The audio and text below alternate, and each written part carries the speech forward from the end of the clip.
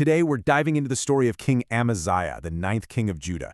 His reign is a real roller coaster, and honestly, it's one of the great cautionary tales.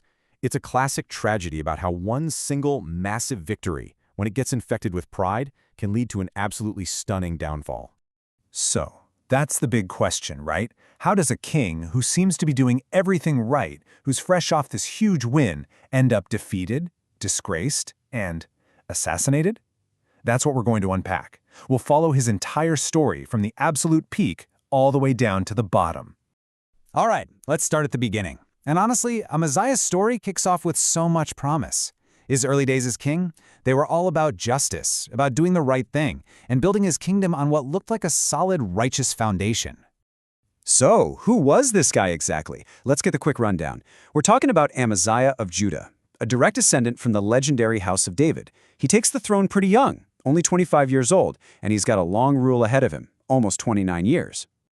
But here's the thing. The historical account gives us this massive clue right up front. It says he did what was right, but not with a complete heart. You know? That little phrase is everything.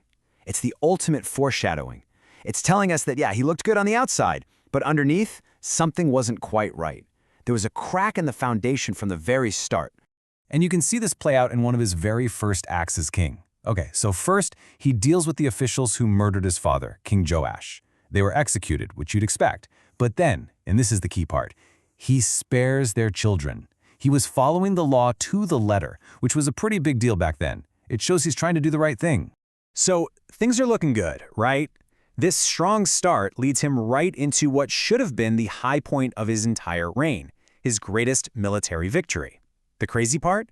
This victory is the very thing that's going to lead to his downfall. Okay, so the situation is this. The territory of Edom is rebelling, and Amaziah needs to put it down. So he gathers an army, and I mean a huge army. 300,000 men from Judah and Benjamin. To put that in perspective, that's an absolutely massive force for that time. But he doesn't stop there. He also hires 100,000 mercenaries from the northern kingdom of Israel, his rivals. And right then, a prophet shows up with this really blunt message. He basically says, don't do it.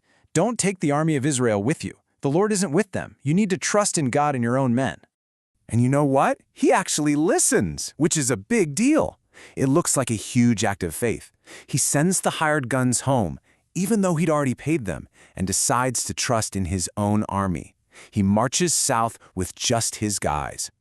And wow, does it pay off. The result is just a stunning, crushing victory in the Valley of Salt. We're talking 10,000 Edomites killed in battle and another 10,000 captured. It's an absolute triumph. Judah's back in control. Amaziah is on top of the world. And right here, this is the moment. This is the pivot point for the whole story.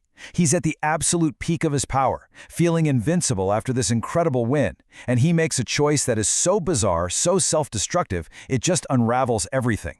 So what does he do? He takes the gods of the Edomites, the very people he just conquered, and brings them home with him. And then he starts worshiping them. It's a total head-scratcher, right? I mean, his God just gave him this huge victory, and he turns around and starts praying to the loser's idols? It makes no sense. Now you've got to understand, in ancient Judah, this was a huge deal. This wasn't just some private belief. It was a direct violation of their covenant with the Lord. It was basically an act of national treason. And when another prophet comes to call him out on it, Amaziah, who's just full of himself at this point, arrogantly tells him to get lost. So this pride, this spiritual disobedience, it's a toxic combination, and it leads him straight into his next big mistake, which turns out to be a complete disaster. Still riding high from that win against Edom, Amaziah gets cocky. He picks a fight, completely unprovoked, with the northern kingdom of Israel.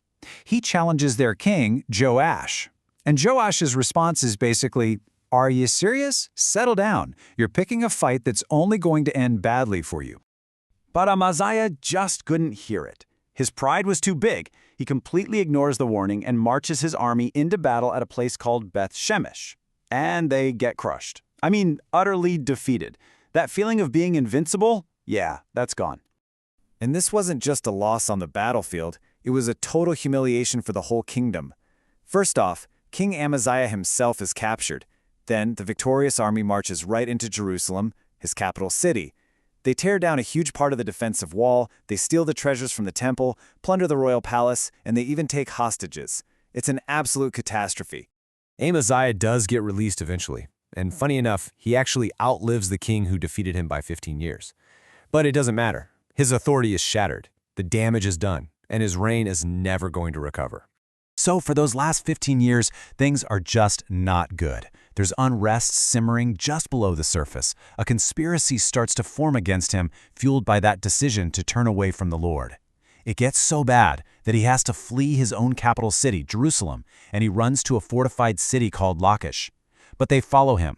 The assassins find him there and, well, that's the end for Amaziah. They do bring his body back to Jerusalem and give him a proper royal burial. But think about that for a second. The contrast is just staggering.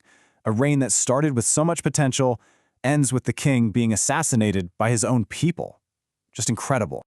And that brings us right back to that phrase from the beginning, doesn't it? A king who did what was right, but not with a complete heart. His story is this timeless warning, really. It shows how even your biggest successes can be totally undone by pride and a divided spirit. It really makes you wonder, what is the true measure of a person's life? Is it their greatest achievements or their biggest failures?